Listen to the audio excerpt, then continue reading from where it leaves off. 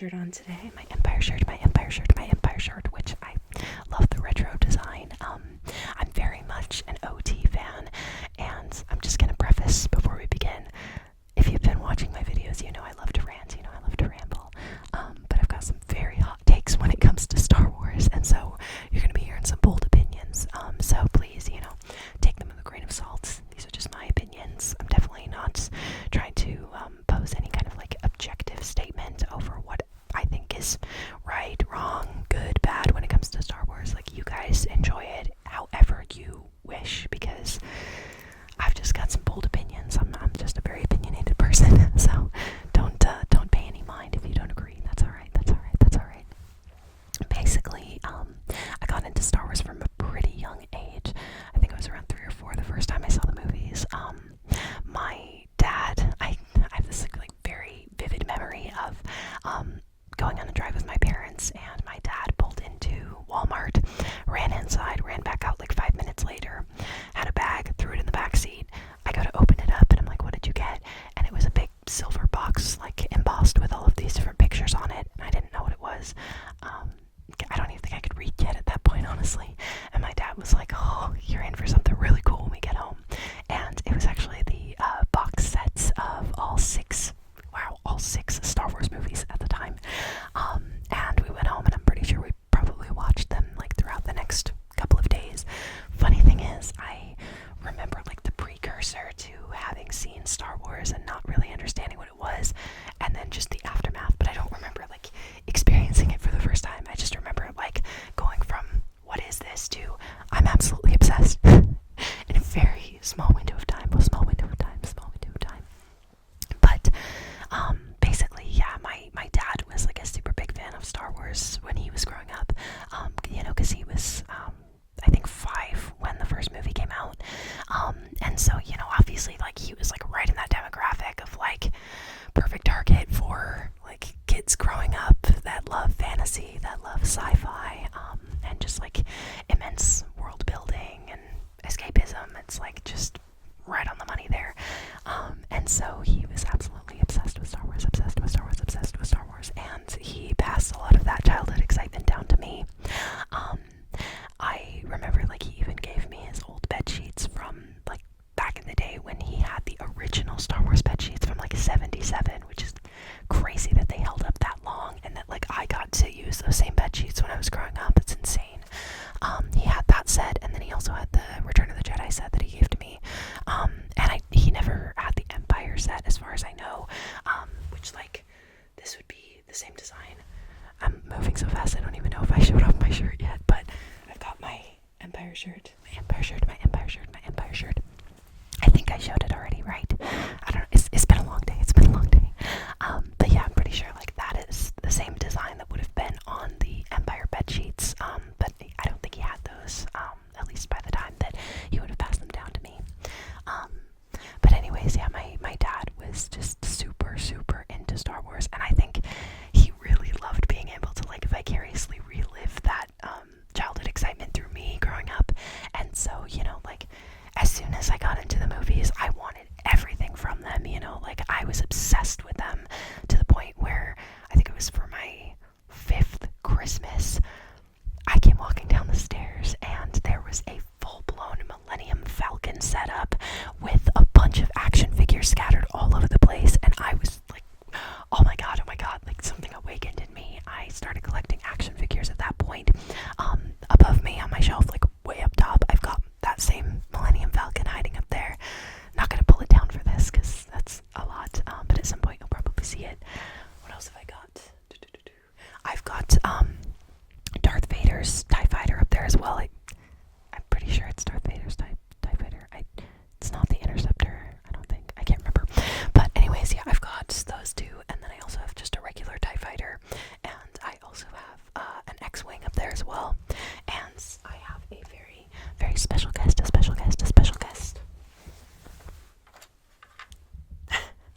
I picked this up at a toy store in my local mall recently.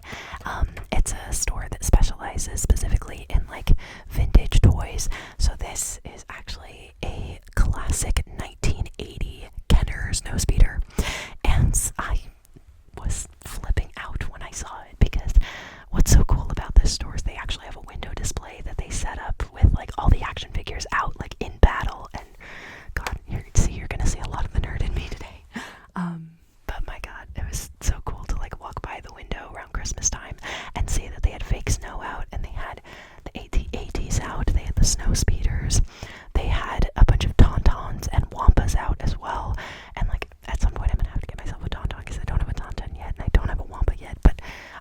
the Star Wars stuff. Again, at some point you'll see them all in a video. But right now it's like a lot of work, so we're not gonna do that. But I did want to pull out this cool snow speeder just because it's so awesome. I was so excited to find this. I don't think. Oh yeah, there is an action figure in here. Let's see. He's hiding way back in here.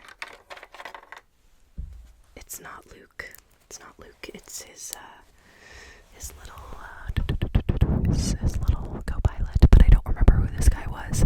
See, the funny thing is for me, when it comes to Star Wars, most of the knowledge that I draw from Star Wars comes from the video games. Just because I played the absolute shit out of Star Wars Battlefront. That was like my life right there. My life. Played Star Wars Battlefront on the PS2 constantly. I absolutely loved that game. I know every single map in that game like the back of my hand, and I will say the new Battlefront games from like the 2010s don't do it for me the same as the classics do. There's just so much nostalgia that comes with the original games, which I've got right here. The original Star Wars Battlefront 2. As a matter of fact, I don't know if this is the absolute original because this is the greatest hits version, which is amazing because it actually has all of the games, or not that, I don't know what the sound was, but scratch that. Not all of the original games, but the original maps from the first game are on the second game here, the greatest hits version. It's pretty cool, because in the first Star Wars Battlefront game, there was a really cool set of maps that revolved around the planet Renvar, which frankly I don't remember from the movies. I don't remember if this planet was made up for the games or if it was like lightly referenced in one of the movies, maybe the prequels, I'm not sure. But it was a really cool snow planet, kind of similar to Hoth, but it was like a mix between like Coruscant and Hoth, where you've got like really cool cityscape blended with a snow setting. And it was so fun to be able to play that map. I love those maps so much. There's Renvar the Citadel, and then there's Renvar the Harbor. I was so bummed because playing the second game, the gameplay is a lot better. Like, they definitely brushed up on a lot of the mechanics. Like, the guns are better. Pretty much everything is better, just like mechanically in the second game. But a lot of the maps are really cool in the first game, and then you miss out on playing them for the second one. I think like you miss out on the Cloud City maps as well for the second game, which is a bummer because they're really cool. And so anyways, I absolutely loved playing this game. I played it so much. There's a really cool setting, or not the setting, I guess it's a mode, on the map for Mos Eisley. And it's so cool. It's called Assault Mode, and basically how it works is each team that you play as is all heroes and all villains, and so you get like all of the heroes and villains together. So you've got like Luke duking it out with like Count Dooku, you've got Leia duking it out with like the Emperor. It's so fun. And then you've got like Boba Fett and Jango Fett and Anakin, and I think like in the upgraded version of this, there's like a second greatest hits version that you can get on like Xbox and everything, and that even has like Ventress, which is crazy. I think Ayla Secura's in there as well. She might be in the original game though too. But yeah, like I loved those games so much. My dad and I used to play them constantly, and I got so good that at one point, like, I was even doing like way better than my dad. And like, sorry dad, like this is kind of how it works, you know, like at some point I'm gonna get better than you. Sorry.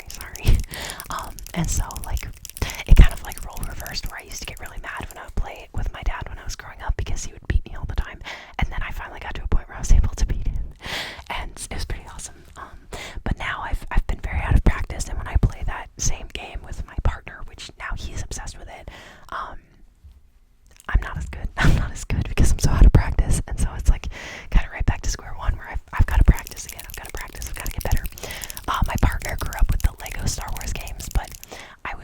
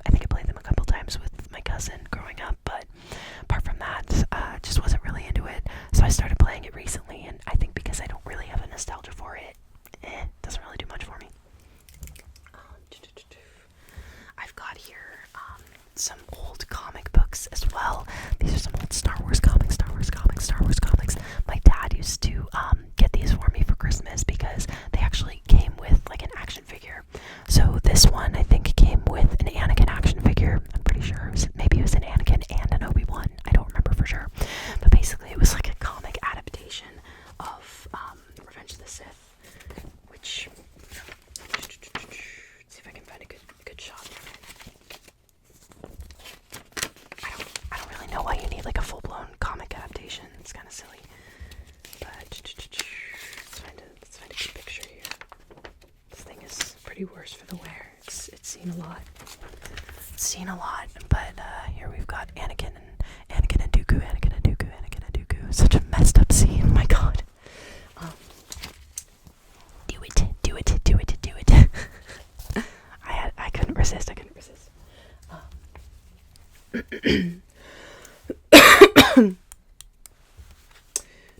There's another comic here as well. It's called Legacy. And this one has this is Cad Bane, I believe is his name. Cad Bane. And I believe that's supposed to be Luke's son, who ends up being a bounty hunter for Jedis, which is crazy because like I don't know the comic lore. I didn't really read the comics that much. I think these were the only comics I had that I read. I'm missing one. It was a cool comic I had that had like Ventress in it. And yeah, I don't know, I lost some of them throughout the years, but these weren't comics I read consistently. They were just cool because they came with action figures, and so this one came with the Cad Bane action figure, and he's pretty cool. But like, I'd never heard of him before I picked up that comic. And then finally, you've got another one here, Heir to the Empire. This is a cool comic. It has a character named Mara Jade in it. Mara Jade. And it also has Luke at a very different point in his life, I suppose. Trying to figure out when this was. I don't know when this takes place. I think this takes place between, like, what would this have been? Like, maybe Empire and Return of the Jedi, maybe. Or maybe it's after Return of the Jedi. Also, there's stormtroopers in this, so I don't know. But who knows when it comes to Star Wars? Oh my god. I mean, kind of getting to more of the frustration that I have with it is, I guess here we go. I prefer to keep it small and simple, because I think what's really cool about Star Wars is the world building. It's really incredible. It's really cool to have such incredible landscapes, to have such incredible, like just an immersive place that you can imagine. And I don't know, I think what frustrates me is when it got, like absorbed by these large corporations, or this large corporation, the mouse. I have my own opinions about Disney, honestly, but I get frustrated because I feel like they took this world that was so huge and so imaginative, and they shrunk it by making it so that every single character knows every single character, making it so that every single character has their own show, has their own movie, has their own spin-off. And I feel like it just leaves very little to the imagination, and I feel like what's so cool about building a galaxy like that is just the endless possibilities. And it's frustrating to see a company that is like so hinged on the concept of money, profit, hyperfixating on, characters that we are already familiar with, because they're afraid to branch out and try something new. They are afraid to like go a different direction with Star Wars. They're afraid to like come up with new characters that are completely unrelated to characters that we already know. I mean, like, I've heard good things about Andor, but I've not seen it. I never even watched Rise of Skywalker because I watched Force Awakens. I was very excited for it as a kid, and I just remember like walking out of the theater being like, okay, what was that? Because it basically felt like they just completely recycled the plot of, New Hope.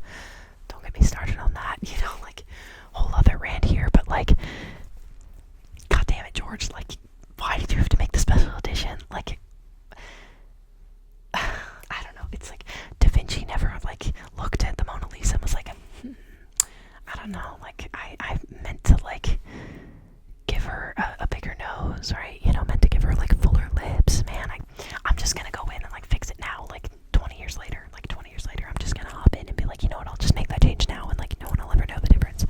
And then I'll also make it, like, almost completely inaccessible to see what the original painting looked like, so that people just have to go with, like, what I think is right now.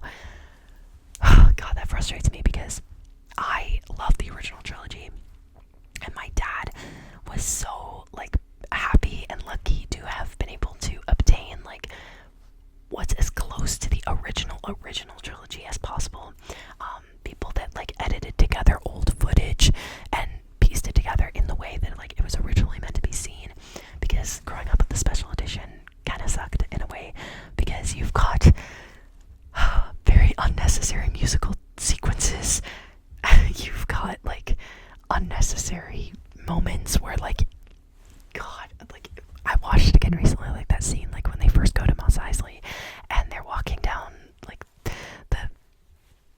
desert way, I guess, or whatever, and you've got like all of these unnecessary digital creatures just like making obnoxious noises in the background and like drawing attention to the CGI, which I feel wasn't strong enough at the time. And it's like, why?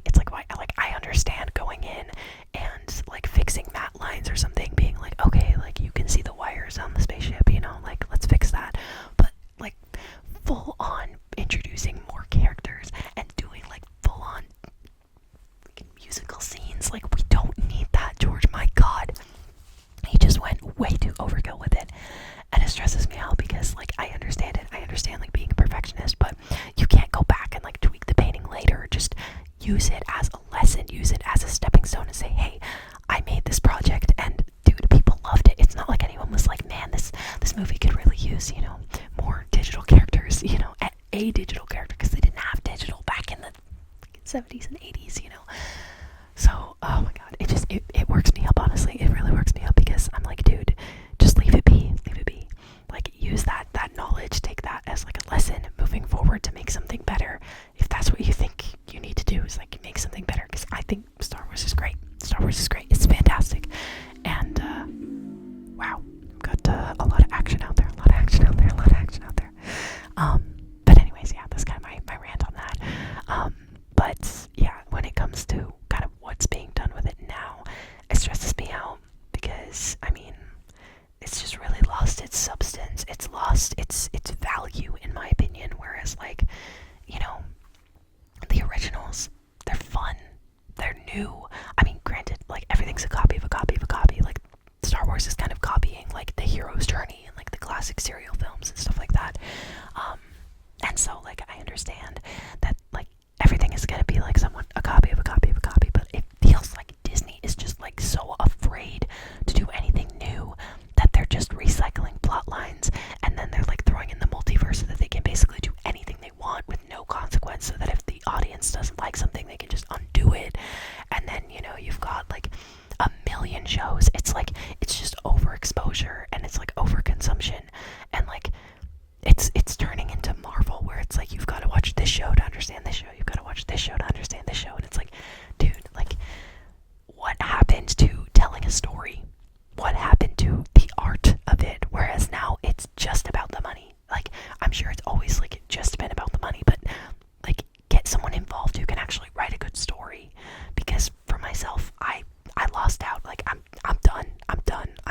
I do not want to be involved with any new Star Wars anymore. I will cling to my happy little nostalgia of classic Star Wars and some prequel stuff.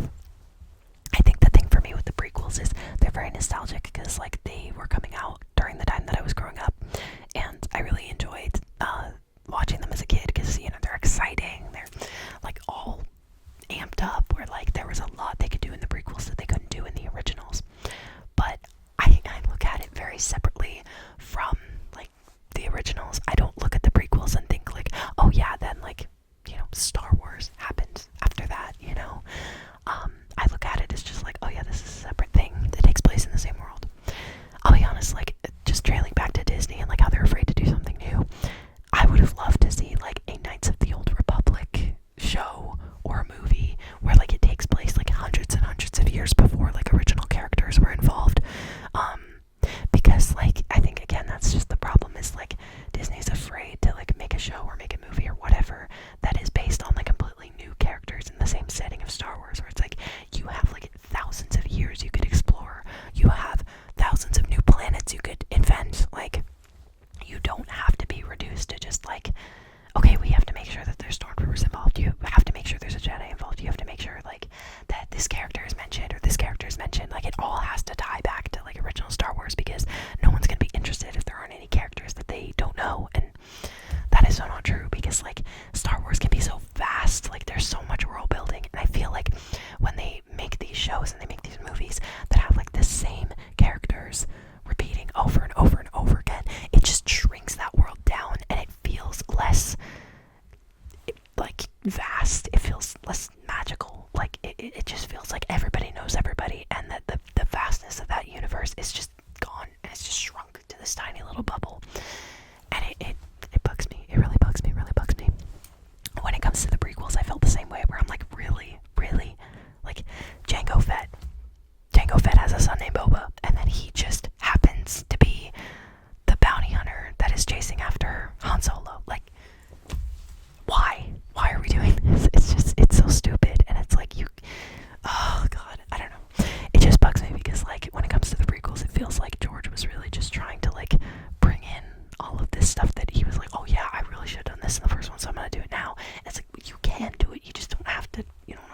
stay it in, you know, like, dude, God.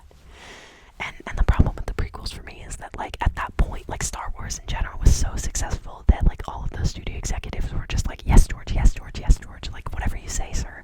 Like, I swear to God, I remember watching a clip when they were making the prequels, and there was this guy, like, following George around with a clipboard, being like, oh, yes, that's a fantastic idea, yes, yes, we should totally do this, and, like,